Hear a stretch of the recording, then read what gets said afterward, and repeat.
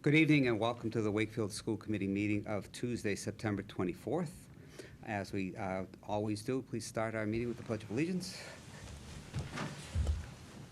I pledge allegiance to the flag of the United States of America and to the republic for which it stands, one nation, under God, indivisible, with liberty and justice for all. Thank you. I'm going to read our mission statement. The vision of the Wakefield Public Schools is to graduate students who are confident, lifelong learners, who are respectful and caring members of their community. Our mission is to prepare students for college and career and community by providing rich and challenging curriculum, high-quality instruction, and educational experiences that meet their individual needs and interests. Is there anybody from the public who wishes to speak? Okay, seeing nobody, our members of the Student Advisory Council. Anybody? You all by yourself? Yeah, come on up. That wasn't nice of them to just ghost you like this, huh? So basically right now we are in the full swing of things. Academically, each class has pretty much started giving out tests and assessments so far and homework pretty much all the time. And good to hear. Some other things that are going on in the school community are the Swiss Exchange program, which is on its second week right now, and it seems to be going well from my knowledge. And some athletic achievements were the first wins for the boys and girls cross-country team today. The first marching band performance was Saturday, and they won their competition. Some other teams are looking to make the playoffs and winning some games, and yeah, so it's going pretty well there. Clubs are also starting up, just like academics. It's kind of the first few meetings, and everyone's getting acclimated and adjusted back to school. Yeah.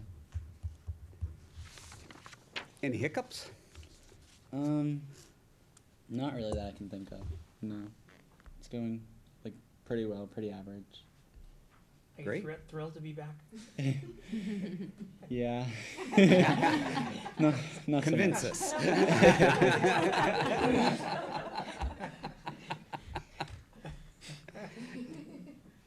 Well, thank you. Alone, we can... Yeah. Well, thank you. Any questions?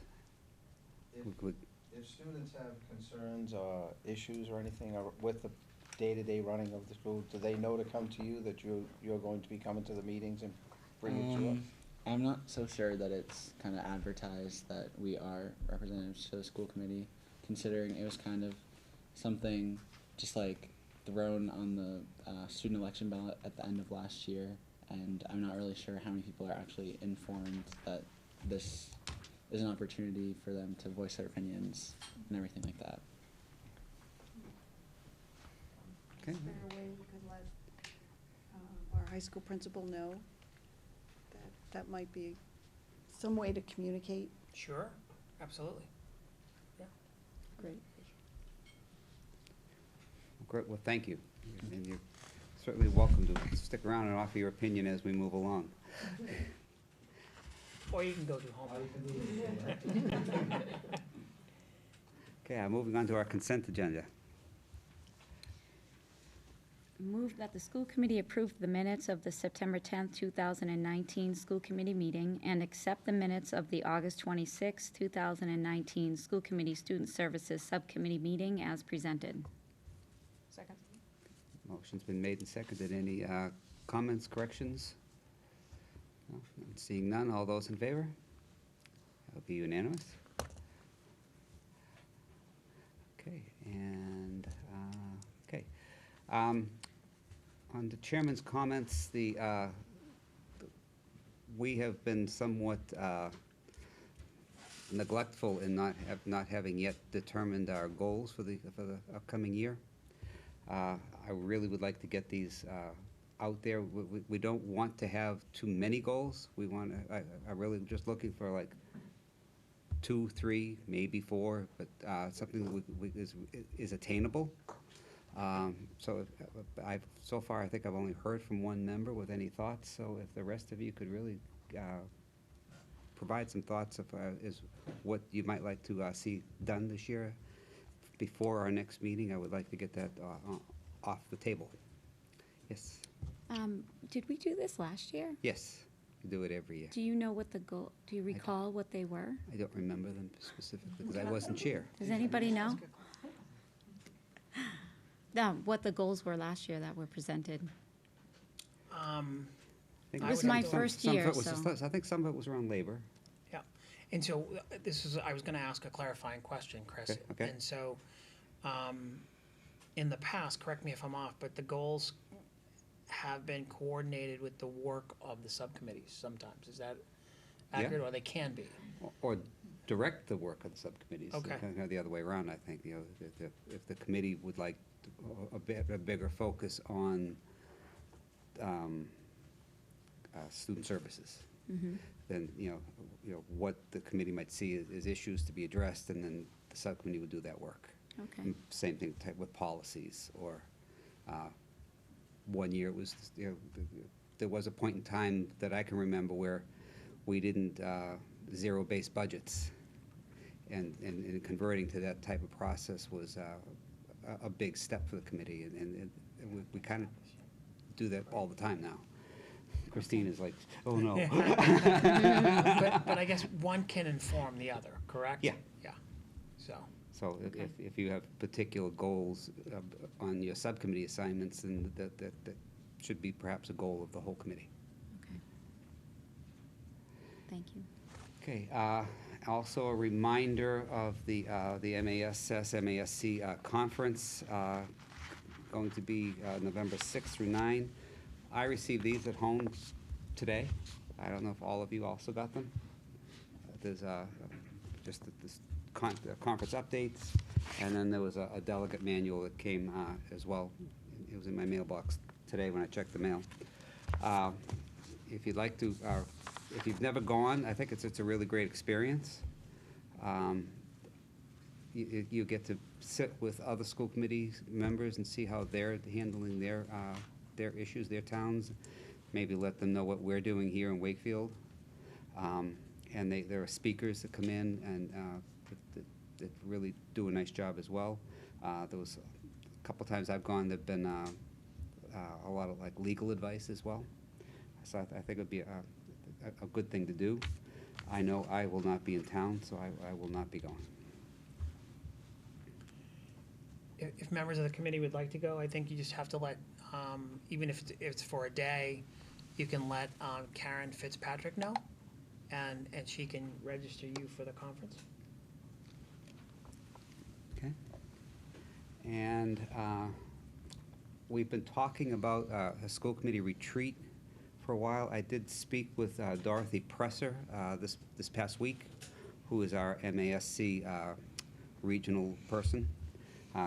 We've actually had her be in the past. I think Tom and I are probably the only ones left that would remember her. Or were you here, Ann, when she came? Okay. And she ran a nice day with us. Went over a lot of processes and school committee roles and that kind of thing. She has October 19th available. We could pick a spot. We've done it at the Galvin. We've done it at the Savings Bank. The place doesn't so much matter, but she has October 19th available, which is a Saturday. That date opened up off of our calendar because of the Metco thing has been rescheduled. But if we don't take that date, the next available date she would have would be November 23rd. So if you could check your calendars and get back to me, I'd like to I'd like to confirm that date with her as quickly as possible, since it isn't that far away. And lastly, all should be making appointments to meet one-on-one with Doug to prepare for his evaluation. There is, it just came out, I just got something yesterday. There's a meeting tomorrow night in Everett about how committees would do school superintendent evaluations. If you had time in your schedule, it might be worthwhile to go. They review the most up-to-date DESE rubric, which is what I shared in our last meeting. But, you get to hear how they, from DESE, how they might expect it to be done. You get to hear it firsthand. I just, I was surprised I only got a notice about it yesterday, so it wasn't very much advance notice to plan around, but it's there. Okay. Mr. Lyons. Thank you, Chris. And so, the first thing I have on my agenda is the SEAM board appointment. So the SEAM Collaborative serves 12 districts, and annually, the school committee from each one of those districts needs to appoint a representative to the board of directors of the SEAM Collaborative. Traditionally, it's been the superintendent of schools. I served on the board last year in the school year of 18-19, and I would assume that the board would appoint again. And so all it takes is a kind of a school committee motion to appoint me as superintendent to the board, make a vote, and then that is in the books. That's what we've done for the last 5 years that I've been here, Oh, I think. 10 or 15. There you go. There you go. Perfect. So, and I think having Doug as our representative, it just serves us well, because he's the one that knows firsthand who our students are in that system, and how that all works collaboratively to Wakefield's benefit. So, move that the school committee approve Superintendent Doug Lyons to the SEAM Collaborative Program as presented, As our representative. as our representative as presented. Second? Okay. Any questions? Okay, all those in favor? Okay, Thank you. that's easy. It's pretty straightforward. Just a very quick update in regard to personnel. I sent out a notice this afternoon. I hope that you have received it. Yep. It went out to the larger Wakefield community as well as to the school committee, to our district leaders as well, that we have appointed a new director of our METCO program. And so after several weeks of interviewing and kind of going back at it, we think that we have hired really an amazing candidate. Her name is Glavia Smith. She holds a bachelor's and master's in social work from Bridgewater State University and Simmons College. She is an exceedingly talented young woman. For the last number of years, she has been a supervisor for the Department of Children and Families Adoption Unit in Boston. And so as a former METCO student herself, she brings a perspective and life experience and work experience to the director position that I think is really going to serve us remarkably well. So I'm very happy to announce that. If anyone has any questions, again, I think most of the information was in the email that I sent earlier today. And just an update with our food service director position. So again, that is a joint position that is supported through an IMA with Reading. And so we've interviewed on a collaborative group with the Reading administrative group, and we have narrowed it down to one finalist, and we are working on a contract for her. And once we get that squared away, like the announcement went out for Glavia, there will also be an announcement going out for that position. And if all goes as planned, Glavia, who is starting on October 15th, our food service director, our new food service director, might be starting about the same time. So more information to follow there. I don't know if anyone has any questions on personnel or updates? I'm sorry, you mentioned nursing positions That's last meeting. That's at the end. Okay. I have an update there in regard to seeking your support to appoint a new nurse for a position. So, we'll get down there. That's the last, one of our last bullets, Tom. And so, but before we get down there, I'd just like to kind of invite Bob Shiroli, our Director of Facilities, to the table, just so that he can give an update and share with you the progress that we're making on the Greenwood Roof project that is supported through the Accelerated Repair Program at MSBA. Bob, Thanks, thank Doug. you. I appreciate it. Good evening, everyone. So as Doug mentioned, we were officially accepted to the MSBA's ARP, or Accelerated Repair Program, last week. It's been roughly a year since we applied, so these things take a little time. For those of you who don't know, the ARP program consists of repair or replacement of boilers, windows, or roofs. So naturally, we submitted for the Greenwood roof and were accepted. There was a high volume of applicants this year, and we were accepted for the Greenwood roof based on the age and condition of the roof. We had also submitted for the Wallen roof, but that roof is in bad condition, as the Greenwood is. So similar to other MSBA projects, the MSBA will be covering about 50% of the total cost of this project. The total cost is not yet finalized, as we were just awarded an OPM, which is an owner's project manager, and that is PMA Consultants out of Braintree, as well as a designer, which is Gale Associates from Weymouth.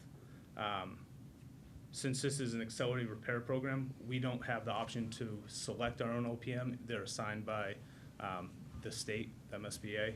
They already have vetted these OPMs to work in conjunction with us.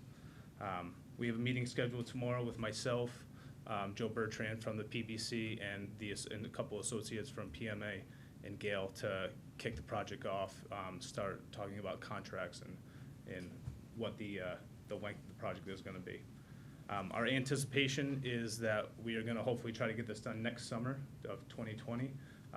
That is, of course, if everything goes to plan, we have all our ducks in a row, and could get a contractor and the funds approved in town meeting if we get the scope of the work and the cost before November. So with that said, we're also looking at solar in conjunction with Wakefield Memorial Gas and Light, the town, and the PBC naturally to put on the roof. We have to look if there's enough load bearing to hold the solar panels. If not, we have to look at other options. This is a good opportunity. We could possibly cancel out or even be net positive on an electric bill. So this is something we're gonna look at with these other town teams. So, any questions? Yeah, anyway. Can you remind me what the approximate or estimated total cost of the roof is? Yeah, so I don't want to speak out of turn. We don't necessarily have a hard cost. Speaking with the MSBA, we got kind of a square footage cost, what they've seen in previous projects. Okay. And what we've kind of projected is around $700,000 to $800,000. So that MSBA would cover half of that. Gotcha. But that's, I mean, like I said, we're just starting the process, so we don't have any hard numbers. Mm-hmm. Thanks. The solar panels that you were talking about, would that be covered by the gas and light, or would that also be the So, price of it being incurred? We would have to cover some of that as well. They were throwing around a few rough numbers last Friday when we met, but, I mean, that's. No, I'm not looking for numbers, I was just Yeah, that's curious. again preliminary. I think we would have to cover a portion of that, whether that's us or the town. Is the determination of whether the roof would support them, is that part of the design, or is it determined before the design is done, or, I mean, like? So we're gonna ask the OPM to look into that for us and discuss it with us, and we'd have to probably bring an architect in to take a look at that, to see if the roof could hold the load, and if not, the solar company we spoke to, they have a few options that they've run into in the past where the roof can't hold it, but they could somehow make it work. I guess my train of thought was that if we're going to try to approve funding at the November town meeting, Yep. and that's part of the cost, we kind of need to know by November if it's going to happen or not. you Yeah, know? no, I'm with you. And that's why we're meeting tomorrow to kick these conversations off and ask all these questions. So I've already asked the solar company, the warranty that we would have on the roof, would putting solar on it void that or anything, and they've said no, they work in conjunction with the contractor who's installing the roof to make it work, but. I think we're anticipating that the project manager from MSBA, who's assigned through MSBA, will actually give us information that we need to make a determination whether it's, can be of this project, or if the roof can hold a load. Correct. One of the things that's encouraging is that, you know, if the roof cannot hold a load, then the question is, what are other possible alternatives for solar? You know, one of the things that has come up in this conversation is the possibility of solar carports that you might see at REI. You know, it kind of keeps vehicles out of the rain and snow, but it's also kind of puts solar panels close to the ground, which are easy to maintain, easy to get at. So we're not, I don't think that this is kind of a, you know, a singular kind of look. If we don't get this, then we're not gonna look at solar anyplace else. I think solar is gonna be a conversation that's ongoing, so. And I appreciate that Bob has been driving that conversation. I may be wrong, but my recollection is that the Galvin was built, you know, not with the solar included in the price, but it was structurally built to be able to handle it. It is. I asked that on Friday, and Joe Bertrand said that the structure of the roof can handle solar if we would want to put it on there. It was an Anytime in the expense we didn't future. want to put on. I think at the that's why time. they didn't do it, because of the cost at the But time. I think it's not out of the question there as well. Yep. Yeah, so, Definitely an option. great. So, More questions? Thank you. Thanks, Bob, Thank I you, Bob. appreciate it. So other information I'd like to share is just some preliminary MCAS information. So you may have heard on the news early this morning when you're getting ready for work, that MCAS assessment information for 2019 was made public today. And so that was kind of sent over to schools. And in preparation for those data, both Assistant Superintendent Kara Morrow and I have been participating in webinars with the Department of Education, of Elementary and Secondary Education, and also with the Commissioner, just to kind of hear from them what the state results are looking like. And the information that I'm sharing tonight is not the full kind of data MCAS presentation that we've done annually. That will be coming up in October or November, kind of still working on some dates. And so, but now the information's public for us here at the school level to work on and to look at achievement data and growth data for students. We will also look at accountability data for individual schools and for the overall district as well. And that really encompasses how all of our students are doing, including students in our subgroups. And it takes a look at a number of different metrics that really try to encapsulate, you know, what it takes for students to be successful. And one of the changes this year, especially in the high school assessment, is with the new MCAS 2.0, the high school assessment has changed, and the commissioner and the department really feel like the information that we're going to be able to collect from the new high school assessment will be a kind of a more reliable indicator for college and career readiness. They've also realigned performance levels and also kind of competency determination information in terms of scores that students need to get to graduate high school. And so there'll be more information forthcoming on that, again in October, if not early November. And families and students will be receiving their individual scores and their score reports in October as well. So that's the information that I have to share just about MCAS. I don't know if anyone has any questions? No? So, it became public, but have the schools, became public today, Yeah. when do the districts receive the reports that are then sent to the parents? So in October, Okay, in October.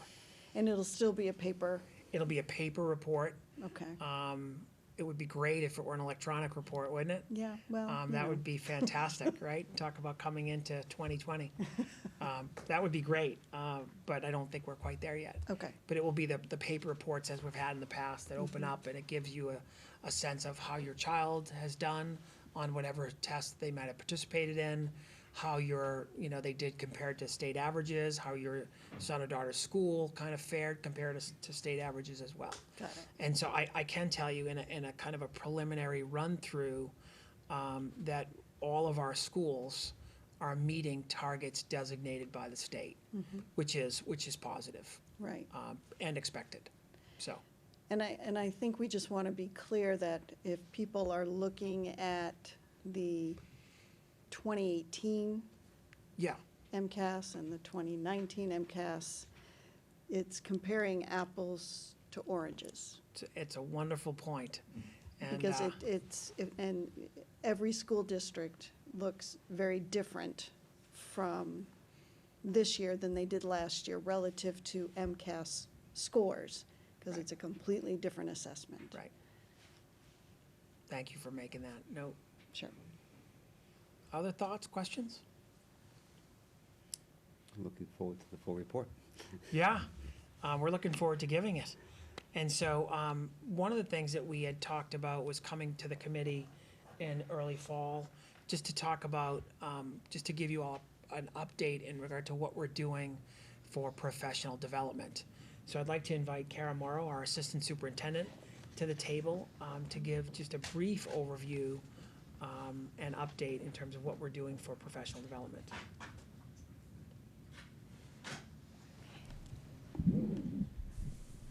Thanks. Great, hi everyone. So I'm really excited to give this update around our professional development plan for the year. I think we're in a really good spot. I think what I'll present tonight has been in the works since probably mid-year last year, just talking about where we've been with PD, where we need to go, getting input, and getting feedback on different areas for choice for our teachers. So I'll start with just the overall structure of our professional development in Wakefield. I know all of you are familiar, but I thought for anyone watching, I would just run through that. We have a structure that involves 10 half-days throughout the year. 5 of those half-days, those are the monthly half-days. 5 of those are focused on content professional development, and then the other 5 are part of our 5-part series, which is a teacher choice option, where we put out a series of different options for teachers to choose what they need relevant to their practice, or what they need regarding PDPs, typically related to our English learners or special education. We also have our Monday afternoon building-based PD, and those those are about an hour at each of the schools, run by principals or the instructional leadership team at the building, and focused on different areas specific to either district goals or building-based goals. And then we have 3 full days as well. We already had 2 at the start of the school year, on the 3rd and 4th of September. And then we will have 1 coming up in March. We planned ahead to structure our 3rd full day on the election day at Galvin, March 3rd, I believe. So that will just help us with the flow of traffic that day, and just make sure, just have students not in the building. So I just wanted to include this visual. I think this is something that we'll be talking about a lot throughout the year. This really kicked off at our administrative retreat this summer, where I think Doug has probably mentioned that with you, where we did a lot of work with administration, just identifying goals for the district and updating, looking at our instructional strategy, and talking a lot about our school improvement plans. A goal that we have district-wide is for that alignment piece to come into play even more so, where we have our instructional strategy driving everything that we do in the district. And I think we had a lot of agreement about some of the work that we had to do district-wide related to our curriculum. And we dug a lot into the component of the strategy focused on rich and challenging curriculum. And so you'll notice as our school improvement plans continue to get developed, many of them are focused on common academic goals. identifying the need to dig deeper into our curriculum resources and make sure that all of our curriculum is aligned and that we have common assessments that are shared level to level and department to department. And then, of course, it's a suggestion. Sometimes it works out great, sometimes it doesn't. But it would be great for our teacher professional practice goals and student learning goals to have some tie-in to the school improvement plan as well. And then ultimately, we think we'll see an improvement in classroom practices.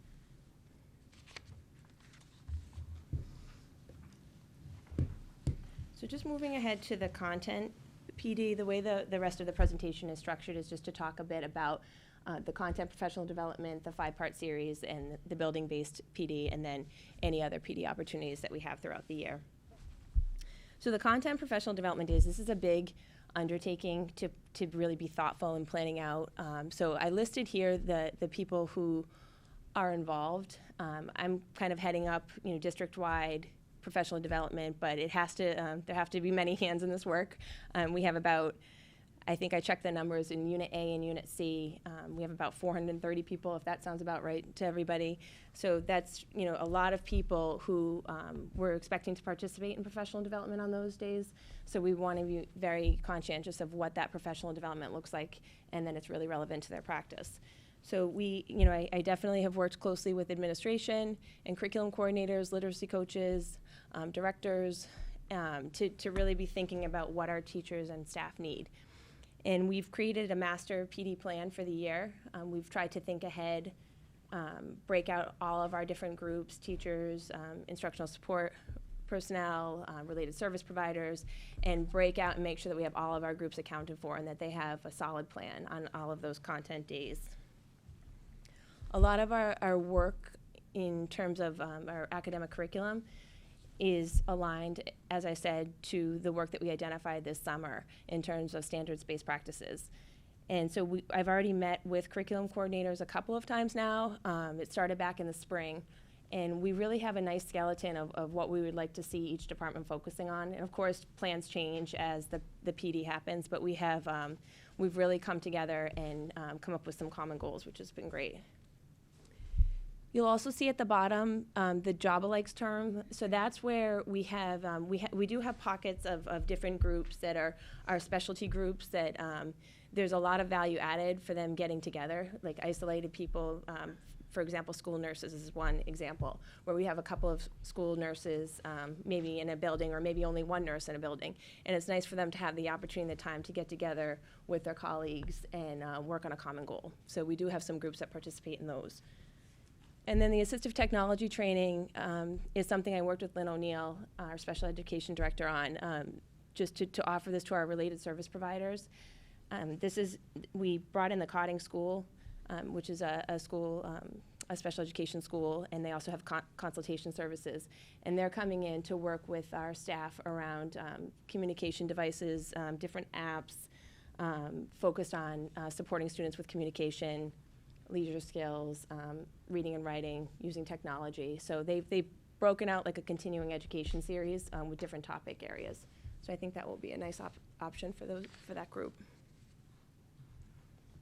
Do you want me to stop for questions at each slide or at the end? At that communication piece, is that focused on like nonverbal kids? That Yep, so it could be, yeah, it could be, so for students who are either nonverbal or who struggle to communicate clearly, it just might offer different options for them to use an iPad or other applications to support their communication. Good.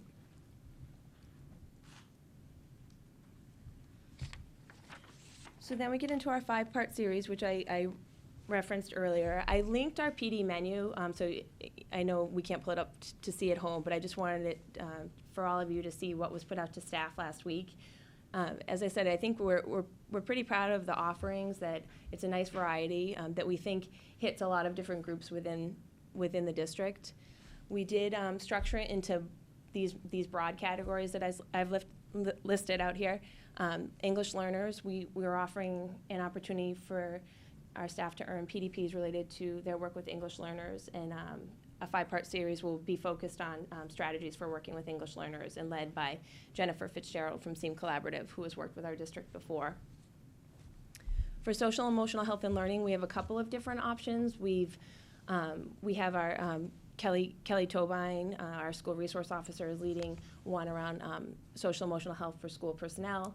We've also brought in, we partner with Middlesex Partnership for Youth on a continuing ed series around social emotional health. And we've also brought in Peer Projects, which is a group out of Beverly, who will target our younger population of students with social emotional challenges and how our staff can support them. For teaching all students, we looked at an equity, diversity, and inclusion theme. We're fortunate to have Kathy Lopes from MECO Inc. come and run a 5-part series for us. She's the Director of Equity, Diversity, and Inclusion at MECO Inc. So she will run a series for us on culture and community.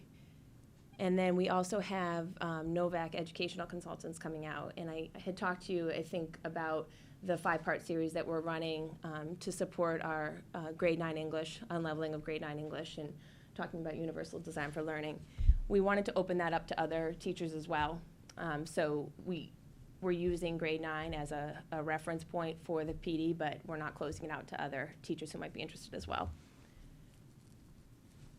I'm trying to think if you have questions about that. I'm trying to remember all the offerings off the top of my head, but and then content-specific options.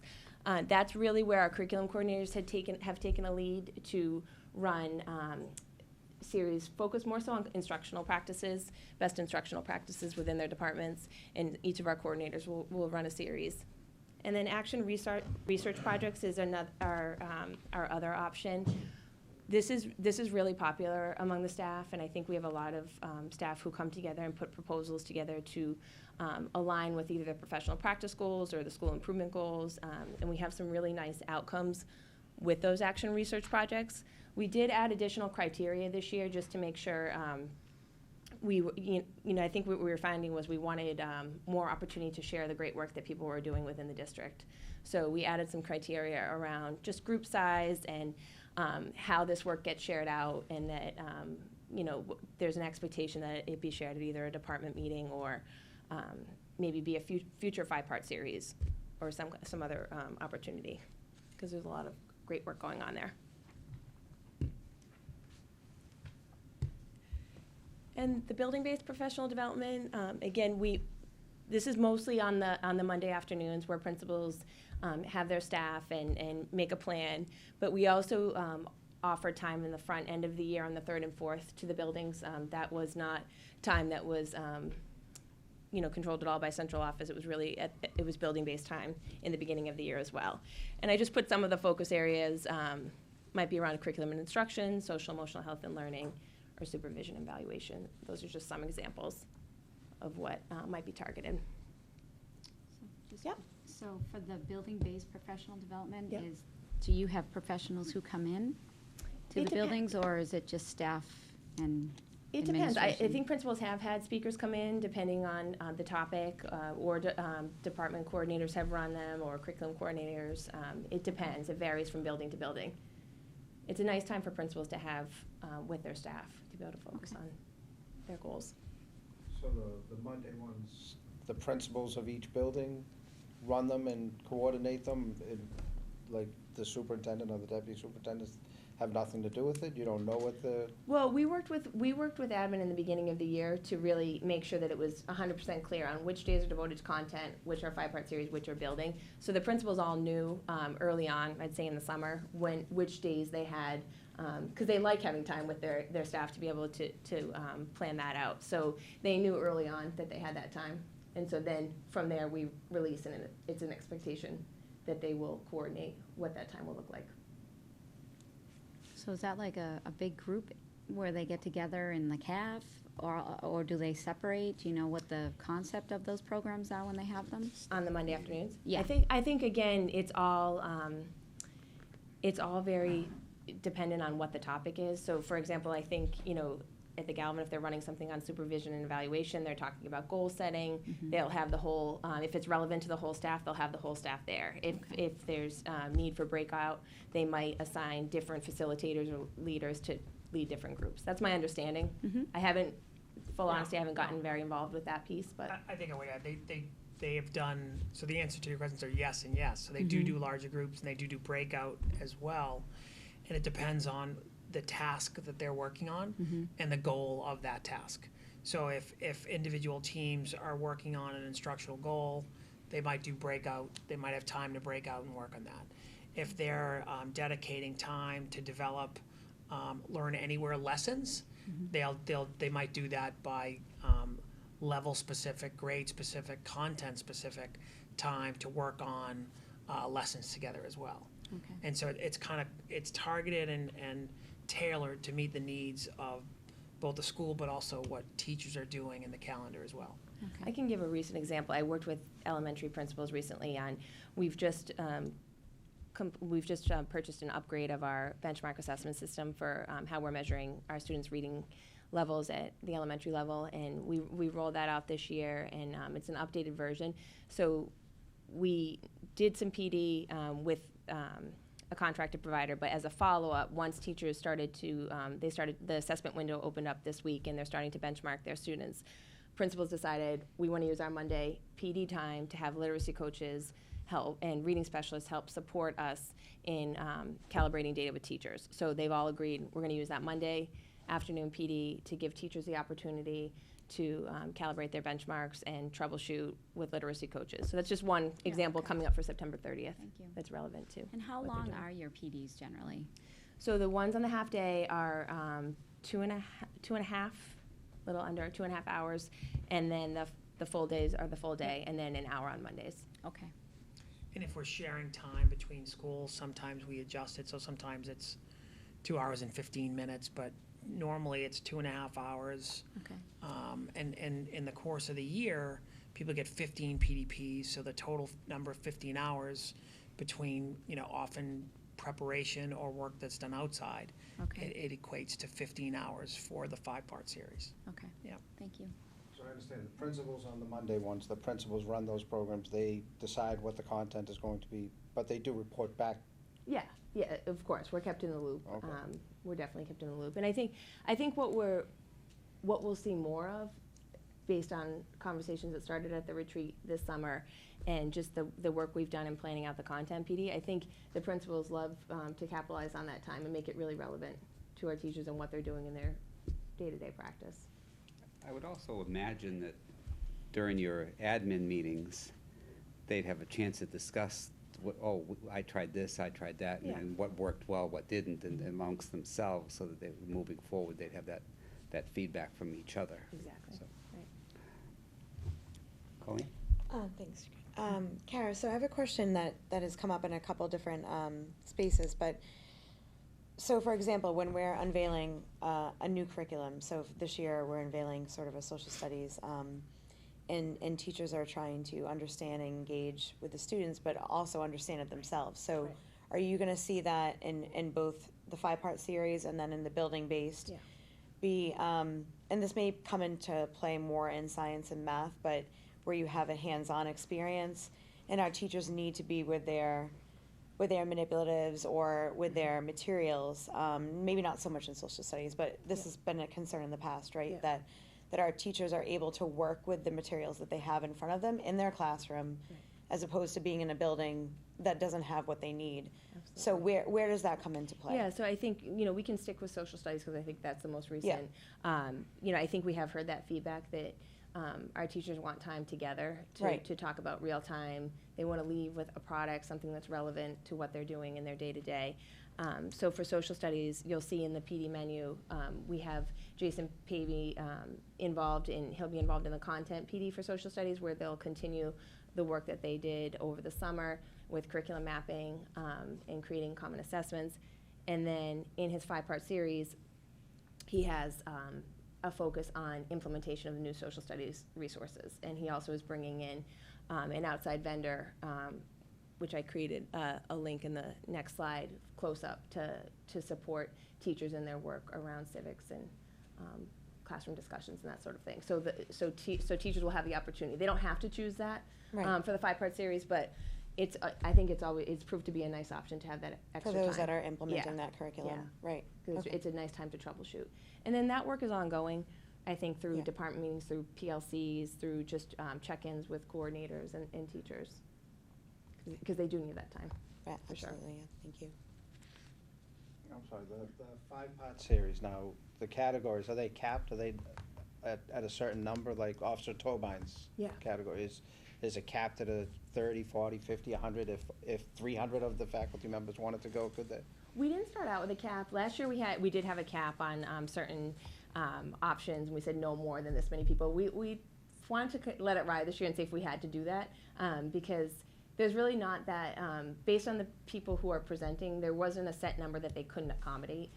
It's really up to us to make sure that we have space that matches what is needed. So we pushed it out with a Google form this year where there's just one option. And I've been watching the numbers, and I think, it's distributing in a way that I don't think we're gonna have to turn anyone away. Because we did last year and I felt bad. Any other questions on that slide?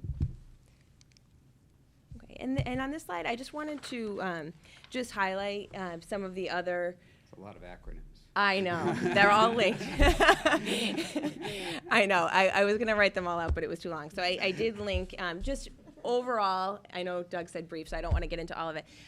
But I just wanted to highlight that there's a lot of national conferences that are happening locally or in Boston this year that we're fortunate to be able to send some groups of teachers to, pretty much in every content area. So I linked all of the conference details, but we're pretty excited about that.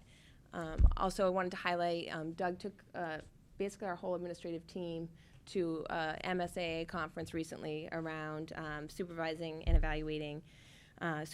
developing, evaluating social emotional learning in the classroom. So that was a nice opportunity to have all of our administration go and hear that information to bring back. And we've also, at the bottom, I just highlighted that we do also work with different consultants who come in and do ongoing work with different groups. For example, this year we are continuing our work with J.C. Ippolito, who is a consultant, a professor at Salem State. He's working with our literacy coaches and principals, and their focus is around developing literacy leadership teams at the buildings, and just continuing to work on that consistency at the elementary level and how our schools are operating, what the different roles the literacy coaches are doing, how the principal-coach relationship is working out. So I went to their first meeting was on Friday, and we have those mapped out for the year monthly, and it was a really good meeting. I think everyone was on the same page. And then every now and then we'll participate in webinars as well, where I referenced the benchmark assessment upgrade. We did have our literacy coaches and reading specialists participate in a webinar. Ames Web has recently made some upgrades, so we have a webinar coming out to support teachers and reading specialists. So I can go through any of the acronyms, but you probably don't want me to. And that's it. Oh, sorry, I think I just shut it off, but my last slide was just questions. If there's any other questions that I didn't answer. I was just curious, that I was happy to see that, kind of scattered throughout was a lot of the social emotional Yeah. thing was good in response to that big need that came back in our surveys last Yeah. year. That was very good. Are you noticing any of these changes trending like at particular grade levels? Like is there a bigger influx on ELL at the elementary level, or is it kind of throughout the whole system? I think, throughout this, for English learners, Yeah. for an example, I think we're just seeing an upward trend, as are, I think, other districts locally as well. I just think overall we're seeing our numbers increase, and the need to work closely with to support our teachers, not just in support outside of the classroom, but just to make sure that we're doing a better job on working with our families, translating documents, supporting our teachers, and just our whole onboarding process of English learners. But it's pretty district-wide, not just elementary, Yeah, for instance. we did just recently reassign position, our ESL staff. We have 4 teachers in the district, and some of the work that we did this summer was really breaking down caseloads, and some reassignment did occur based on need. So right now, the way it breaks down, our numbers at Dolbear shot up. So we have somebody full-time at Dolbear, we have somebody full-time at Woodville, we have a Greenwood Walton split, and then we have someone who is able to, another teacher who's able to split Galvin and the high school. And we work closely with the principals to create their schedules so that it was in compliance, but also left room to work with teachers. Great. Any other questions? Just one. So after the PDs happen, do you have any sort of follow-up with teachers? I mean, do you get feedback? And when you do, what do you do with that information, whether they thought it was effective or not? Yep. So that is something that we're talking about. So we have our first content PD happening this week, tomorrow. Yeah, this week's getting away from me. Tomorrow. And the curriculum coordinators who I've worked with more closely are putting together an exit ticket for teachers. So what they'll Okay. do is they'll put out like a Google form of sorts to teachers and ask for the feedback. Was it relevant? Did it meet your needs? What Okay. can we do better in the future? And then I meet weekly with the curriculum coordinators, or at least weekly, if not checking in more, and we'll debrief that information. Okay, thank you. Is there anything built in that if you find, oh geez, we allotted 2.5 hours for this topic and we really could have used 5? Is there I any mean, I guess way I to just- fit that in, or is it kind of too fixed? Well, I think that would, again, where I said we have the overall skeleton for the year of what we would like to hit on for all the but we have to, just with teaching, we have to adjust as we need to. So like Yeah. if we thought we were going to cover everything we needed tomorrow and we could use 2 more hours, then we need to look at what the following content PD looks like and adjust accordingly. You have that flexibility. Yeah, Good. we do. So can I just share for the committee and for the community, things that are important considerations and drivers here? One is that districts are required to put together, by the Department of Elementary and Secondary Education, they're required to put together professional development plans to support the professional growth and recertification of faculty and staff, right? And Kara touched on an important piece here. So you have 430, actually a little bit more than 430 people that are participating in the PD. And one of our faculty members last year described this sounds like trying to get 430 people to a destination wedding that they may not want to go to. And I thought it was kind of funny, and probably accurate, right?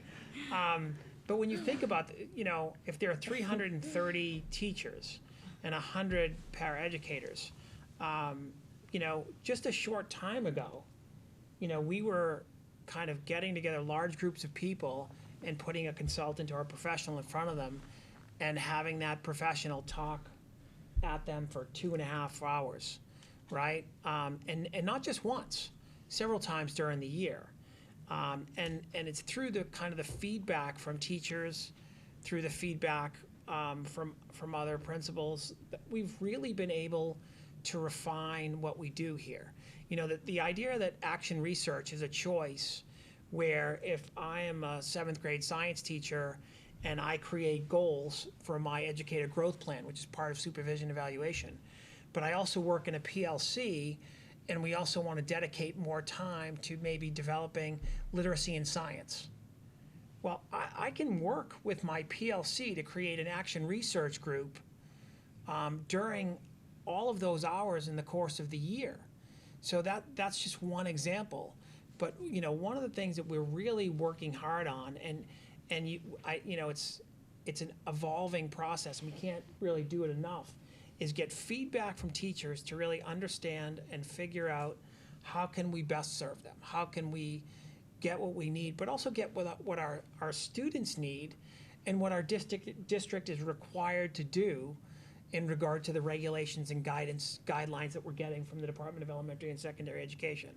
So I'm really proud of the professional development program that we have here. It allows teachers to get 15 PDPs from the 5-part series in special education, in ESL or ELL, right? But it also allows them to get content area support or content PDPs. But it's flexible enough so that they can tailor it themselves to get what they need as well. And so again, not to say that we don't have to work on the mechanisms that we're using to get teacher feedback and think about how we need to adjust. But I think we're certainly on the right path. When we talk to our colleagues in other districts, I think that the feedback that we're getting, especially from our colleagues, is that I think that they wish that they could develop some of the programs that we're working on. And there'll be more information to follow on this. And so one of the things, and Kara has done an amazing job in this, and I would be remiss if I didn't kind of recognize the hard work that she's put in to make this go. So it's cannot be really understated. But the hyperlinks that she's also included, we will try to get you hard copies of those hyperlinks because I think it kind of fills in more of the picture. And so we'll try to get that information to you as well. But thank you. A quick question. So the action research ones, are they the more popular? So last year we had probably over 40 groups. So it's pretty popular. And so I I would, checked, the window's still open. We asked teachers to have a choice by October 1st, and I've been checking the numbers as they've come in. I think we were at about 45 people had signed up for action research at this point. And do they present the program to what they researched? And Yeah, so they that was, actually that was present? definitely, we want more of that opportunity to do that. So we did talk about that with administration and just, for those groups that participate in an action research, just giving them a forum to share out the great work that they've done. Because, we see them all come through central office and we look at it and we're like, wow, this is really great. And oftentimes it's work that's shared just even at just the building level, but could be relevant across the district as well. So. it's a little like we did a presentation on Learn Anywhere, and one of the byproducts from Learn Anywhere that was shared at school committee was that people were really surprised how much they learned from colleagues. It's that same type of generative space that we want to start to create for teachers, is to think about how they can share at different levels, even within the same school. Working in a school myself and having to participate in professional development, particularly when it's sort of a one-size-fits-all kind of format, can be kind of a challenge. So what I appreciate is the opportunity not just for work for teachers. I mean, obviously the teachers are the largest group and they're really doing most of the heavy lifting, in this district. But there's also opportunities for the other professionals, the folks who are providing the student services, to do work that is relevant to what they're interested in and what is meaningful to them. Because yes, you do have to put together a professional practice goal and a student learning goal, and sometimes it feels like it's just a have to and it's a disconnect compared to what you actually are doing. And I would love to be able to grow my own knowledge in my work. It's not to dismiss the professional development at the district I work at, because it's quite good, but it's well, actually, to really quote one of your topics, one size fits all fits no one. Right, exactly. So, so I really can appreciate the flexibility and the responsiveness of this whole program, because it's a lot of work to manage all of this stuff. I think a lot of districts have a PD committee. They meet with the assistant superintendent for curriculum, and then they hash out some things. And that's why I really wanted to highlight just how the administrative team has come together, the coordinators, teacher leaders. It takes a lot of people weighing in, giving input, and planning to make it specific and relevant to all of those groups. So. Right. Yeah. So I think it's great. Good job. Just one more question. Is there a required amount of PD days that you're supposed to do? And where do we fit in that? So the state requires teachers to get enough PDPs to certify in the course of the year. And so we offer through the 5-part series and through the content areas now, we're looking at PDPs that we're offering. And I think we're kind of, it depends on what teachers are doing, because if teachers are working in the summer, and they're developing a product and it meets kind of the guidelines that the DESE requires, they can get PDPs for that. And so there are a number of different ways to get PDPs, but in regard to our professional development, we think we're striking the line in regard to the number of PDPs that are required by the department.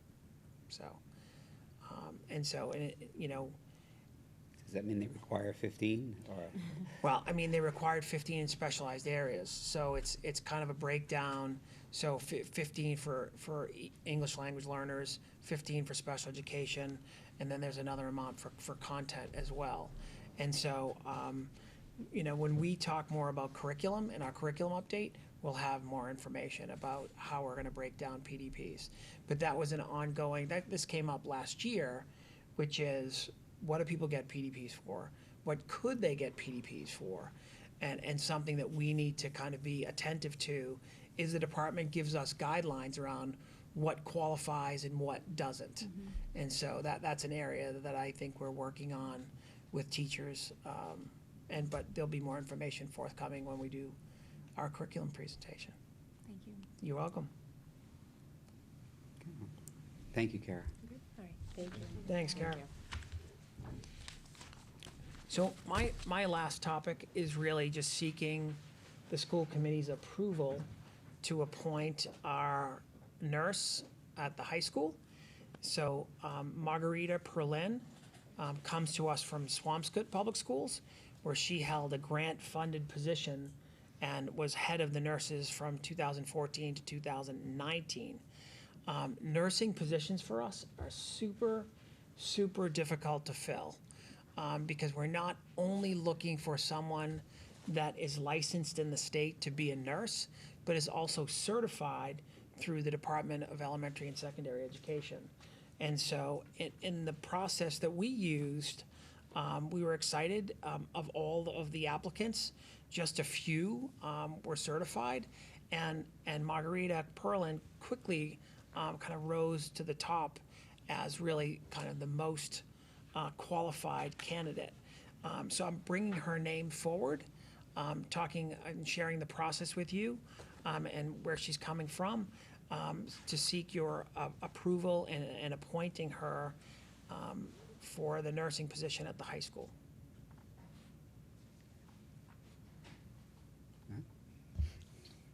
Move that the school committee approve the appointment of a school nurse as presented. Okay. Any questions?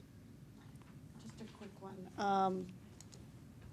And I don't remember having to approve a nurse before. And I know that's part of what we're supposed to do, but I was just curious about like a resume or anything in the, I don't remember if there was one in the packet. Came out separate cover. It was separate. Oh, okay. Yeah. So my mistake. I No missed it. worries, no Okay. worries. I'll make sure you I'll get a find copy. it. No worries. I'll find it. So I can share with you, she is an RN. She's certified with the Department of Education. Her references were impeccable, and when I say she's kind of clearly distinguished herself as kind of the best in the group, I think that happened pretty quickly. In regard to there were 2 rounds of interviews. They were directed by the Administrator of Special Education, but we had participation from our other school nurses as well as administrators as well. And so that was kind of the first round, and when we invited finalists back to meet with the administrators as well before a final determination was made. So. I think it was in the same memo as the METCO director, was it not? No, separate, Separate, okay. separate. So, motion's made and seconded.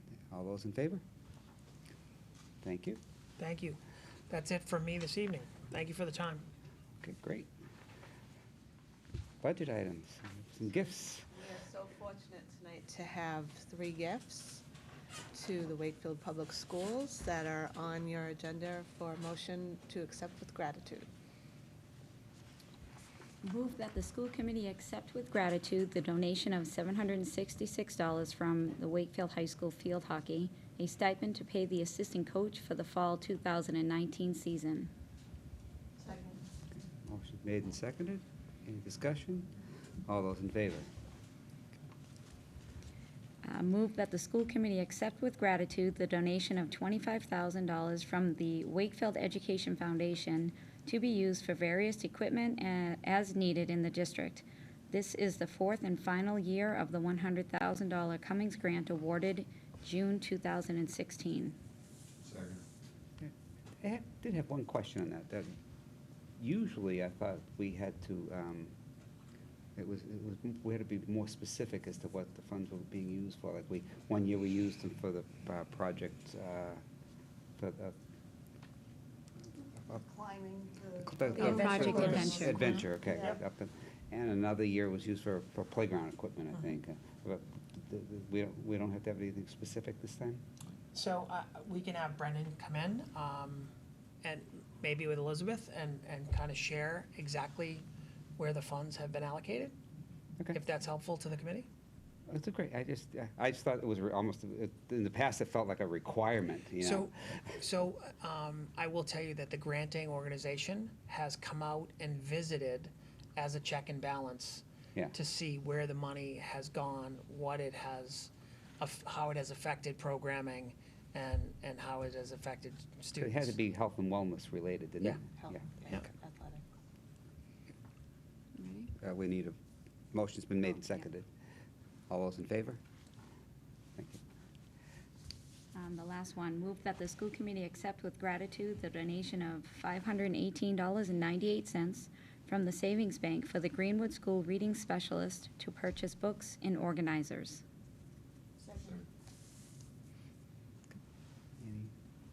Anything further on that? That was just, okay. All those in favor? Great, thank you.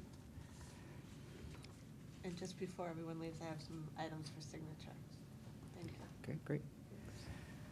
Okay, subcommittee reports.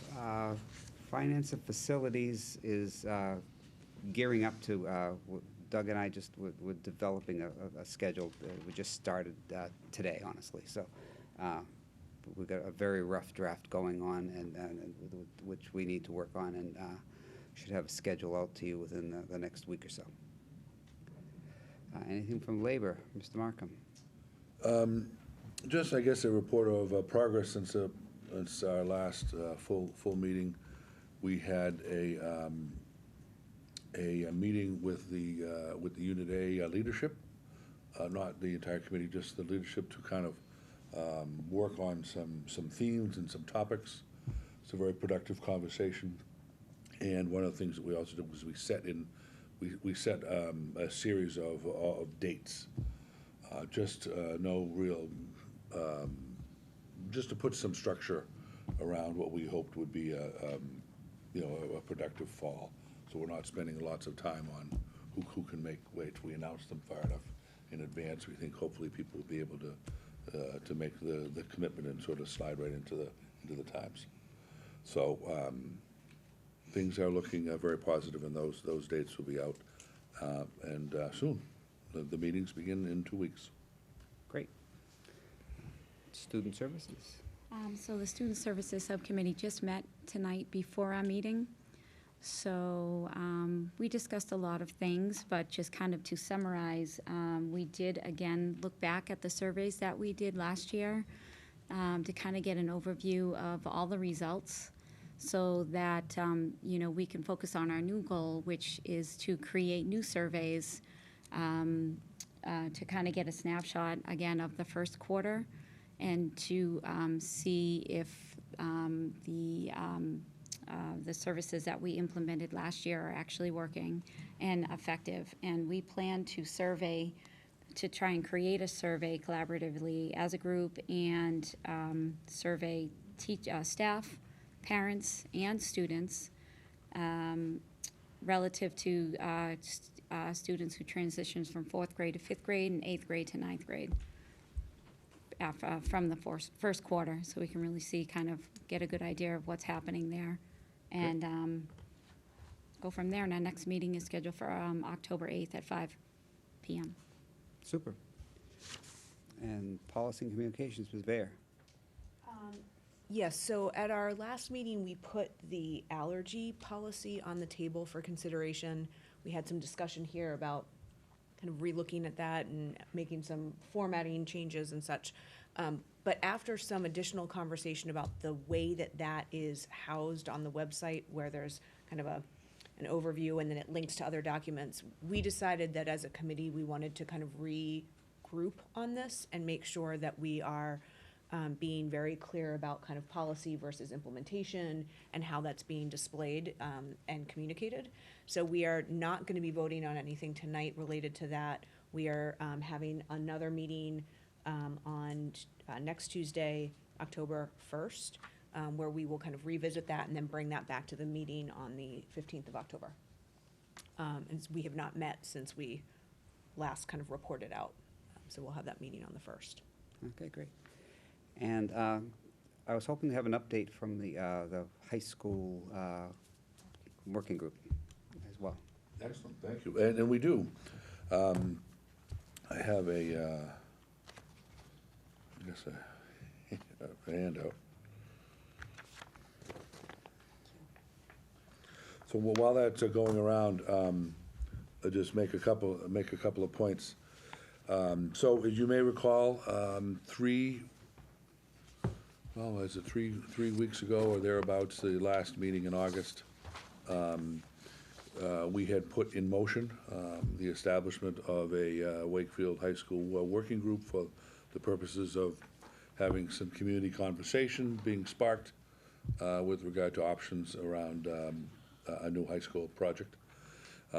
We had then put in motion a series of groups and sort of stakeholders that we wanted to invite to participate, as well as, of course, the community at large, but nonetheless. So we put out that information. Also, I think I mentioned last meeting, but certainly thanks. The Wakefield item has covered this topic well. They've had two stories in the last couple weeks about that. We had a deadline for people to sort of apply or submit names of last Friday for purposes of coming forward tonight.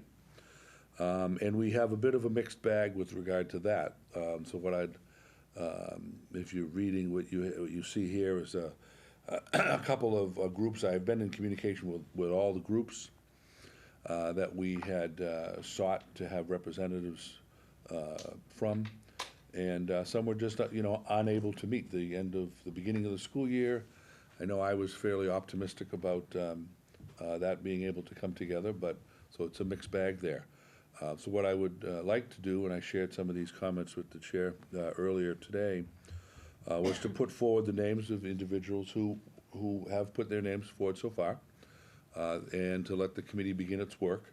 And when others come in, we just let them join in real time, hoping that's a reasonable thing to do, because we certainly don't want to exclude folks, but if they haven't had a chance to meet yet or haven't had a chance to arrive at a volunteer, twist someone's arm perhaps or whatever, let's let them come on when they can. So I'd like to throw that out there for whether it's a motion or consensus or sense of the room. And we had also received a request from WEA, Wakefield Teachers Unit A, and the Town Finance Committee. They've each, separate requests, but the same request. They've each requested that we add a second member from their groups to be able to join, a second member from Unit A and a second member of the Finance Committee. The original proposal had one person representing sort of each of the types of groups. But the president of Unit A and the chairperson of the Finance Committee approached me to see if we would be willing to increase their representation. So I took the liberty in this handout of preparing a couple motions. The first motion represents adding an additional member from Unit A and the Finance Committee. it's a motion in the affirmative, but certainly if people are opposed to that, we just vote against the motion. And the second motion would be to make the appointments to the names of the individuals who have come forward thus far. One thing that I would like to note, and perhaps the item number 13 on the list, which is 3 community members at large. The intention at that point, as we had done in the past, was to, put names in a hat or a box or something. We only had 3 applications received by the deadline, so I thought the trappings of drama around a hat and a box and names might be unnecessary. If the committee disagrees, well, we could certainly find a hat and some names somewhere, but nonetheless, those 3 individuals, I just listed the 3 It's just folks who karma. came forward. What's that? It's karma. Yes, so. Anyway, so that pretty much is an update just around the facts of what's occurred in the last couple weeks. I'm really pleased, the conversations and email exchanges that have been had in the last couple weeks, just, folks reaching out about asking what's involved and how many meetings, and that sort of, brings some interest level up. People are talking whether they've landed on a representative yet or not. So I think we'll, by the end of tonight's conversation, we'll have half the committee or more, frankly, more than half the committee appointed, and then maybe by the next meeting or sooner, others can come on board as the group starts, if that makes sense to folks. So, just a quick Sure. question. So we'll appoint these folks presumably tonight, and then as people kind of cycle in, do we need to appoint them as well We would. specifically? We would, Okay. yeah. I mean, we may be able, so the answer to your question is yes, I believe, because it's that we have created an instrument of the school committee. So we then to appoint people by name to serve in that capacity. Okay. I think that being said, maybe if, being so bold as to, say it out loud, but I think we should be transparent that my thoughts would be is as someone comes forward, it's a public meeting anyways, just have them join the meeting. And then even if, someone comes forward, say tomorrow, by the time we have the first meeting, just let that person come to the meeting, obviously, it's a public open meeting, and then when we meet next, just even appoint them sort of retroactively, if that also seems reasonable. Again, we don't want to turn anyone away, we want to build some heft and some rolling thunder around And you want to this, get so. started. And then we want to get started, yes, Right, yeah. I would support that. And the other discussion that Tom and I had was to be certain that, all of these members were in compliance with open meeting laws and the ethics things, and that they have to go down and work with the town clerk, Yep. which is not a big deal, as we've all found out. Chris, so I just had a question. Is it understood that, especially in number 13, where that's pretty much closed off now, we're really only seeking additional names for the ones where we have a TBD? Correct. Right, so we're not really, just so it's understood to the community, Right. that Right, we're not really recruiting, certainly. any open members, If you're but if you're a these member, like, specific for example, positions. the elementary PTOs, if you're Yep, if you're an active mom or dad in one of the elementary schools, you could certainly seek right, to be a member through that organization. great. And the same thing at Calvin or the high school. Yeah.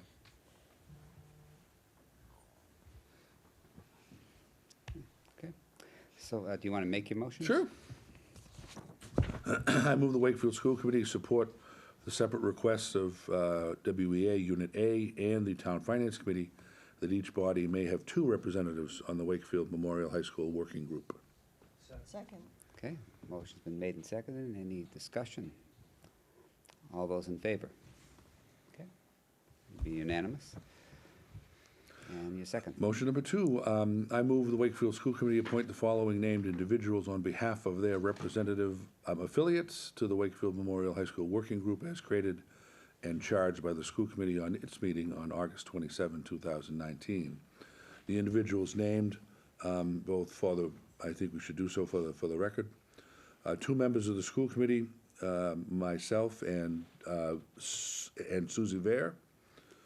2 members of the town council, as appointed by the town council, Ann McGonigal Santos and Jonathan Chimes. School Superintendent Douglas Lyons, Town Administrator Stephen Mayo, WEA Member 1, Anna Morell. We'd reach out to the WEA to appoint a second member at its convenience. WEA Unit B, Thomas Bankert. WEA Unit C, as it to be determined. 3 community members at large, those 3 that had applied were Andrew Bray, Greg Liakos, and Philip Renzi. Assistant Superintendent of Schools, Akara Morrow. School Business Administrator, Christine Abufagnia. Wakefield Public Schools Director of Facilities, Bob Shiroli. How did I do on that? Pretty good, all right. The Wakefield High School Principal, Amy McLeod. Town DPW Director, Joe Conway. And 2 representatives of the Town Finance Committee, Becky Gilding and Peter McNamara. McManama. What's that? McManama. McManama. Oh, that's right. And I spelled it correctly. And you said it incorrectly. Second. Okay. Okay. Thank you for all your hard work. All those in favor? Okay. And just, again, these are open meetings. They'll be posted according to open meeting law. And so even if you are not an appointed member, you're certainly welcome to attend and listen and provide input as available. Okay. And certainly help to promote it. The meetings, we'll put out an announcement. Obviously, we'll get some material in our packets, but if you see if I put out something on social media, please forward that, pass it, like it around. Let's get enough people to begin to attend some of these meetings so the community conversation just isn't a bunch of us. It really grows, right? Mm-hmm. Thank you. And I assume location is to be determined? I know. Location for meetings? Yes. Yes. Yeah, I would imagine a group this size, we're probably going to be relegated to the... High school, to to the motivate the group. well, high school, that's right. I'm joking. No, that's not a bad idea. That's a great idea. Okay, so our next. We can meet, we can move around from the hot end of the building, to the cold end of the building, to the leaky end of the building, to the dry end of the building. We just rotate around. Our next school committee meeting will be Tuesday, October 15th, here at WCAT. Again, please let me confirm with me quickly that October 19th will work for you for our retreat with the MASC, so I can let Mrs. Presser know that that's working. 17th tri-board. Oh, and the tri-board meeting is on October 17th as well. So school, it's a busy week. 15, 17, 19. Well, Lucky. for that big paycheck we get, we got to earn it. So, school committee comments, Mr. Flynn. I have nothing. Okay. No Ms. comment. Guida, no comment. Mr. Markham. I would like to actually to make a comment, and if you discussed it earlier in the night, I apologize. I know we all received a statement recently from the Wakefield Human Rights Commission. I thought that was an extraordinary way to begin the school, and with the committee's indulgence, I would love to read it on their behalf tonight, just to put it in the minutes and let the community see what a great job the Human Rights Commission does for us. And I think it nicely follows in the types of things that we all talked about last year, if I may. With the start of the new school year, the Wakefield Human Rights Commission would like to take this opportunity to reaffirm our town's commitment to building a supportive and welcoming community. Acts of intolerance like the anti-Semitic graffiti incidents this summer and other recent incidents of bigotry will not be tolerated. More importantly, we can stand together and support our affected neighbors. These incidents will not define us, and so we choose instead to celebrate each and every act that builds upon our community, whether it be big or small, public or private. Spread positivity, foster acceptance, and celebrate what we all bring to Wakefield. I'd just like to thank the Human Rights Commission for sharing that with us and for continuing this leadership. Okay, thank you. No comment. No comment. It's fair. I have a quick update as the liaison to the Sustainable Wakefield Committee that I recently took on from Anne. And I attended my first meeting a couple weeks ago now. And it's incredibly interesting. They've got lots of things that they're looking at around Wakefield and sustainability. But the things that related to the schools were things like they want to try to put a pumpkin composting event in place where all the kids can bring their pumpkins to the elementary schools, and they'll be composted by a company called Black Earth Composting, which is a company that's picking up compost around Wakefield. So they're trying to coordinate something like that. There's a grant that they've put in for gardens at each of the elementary schools. There's a couple of residents of Wakefield who are interested in seeing could we do more around recycling in the schools. And so at that meeting, they talked about the next meeting on October 10th being one that focused a little bit more about what we might be able to be doing in the schools more. And I believe that Bob has been invited to that meeting, to attend that meeting, because I was very careful about kind of saying like, hey, I'm not really sure what I can do as a school committee member. But it was really interesting to kind of hear what those guys are up to and think about how it could, how some of that could play out in the schools and how could we help connect those dots. And so I will be giving updates as it makes sense and trying to attend those meetings as I can. Can I just Please. inform a piece of this? So in regard to the pumpkin composting, we've agreed to participate with that. Okay. And Bob has been in touch with the parent who's running that.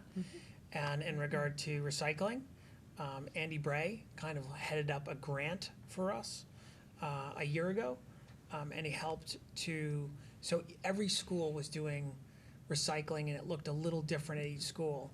And one of the things that Andy really helped us with his grant was to really kind of promote a little more continuity, to kind of have some educational programs to develop awareness, and to really think about how we're doing it, the consistency by which we're doing it.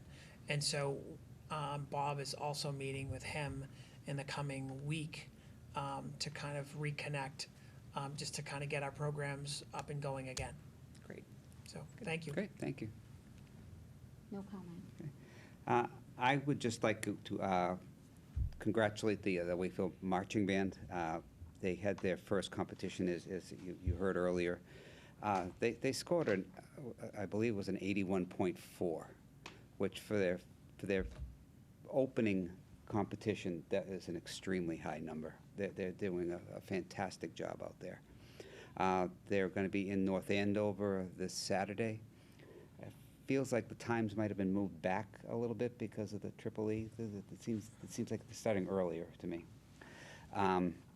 So I believe that the show starts in North Andover at 1 o'clock, when it might normally start at 4 o'clock. But you know, they're doing a fantastic job. They're off to a great start, and they're as strong as ever. So kudos to them. Anything from Superintendent? that's it. Christine? Just Just remember, don't forget our signatures. Okay, the motion to adjourn. I move that the school committee adjourn its meeting on September 24th, 2019. Second. Motion's made second. All those in favor? Okay, meeting is adjourned.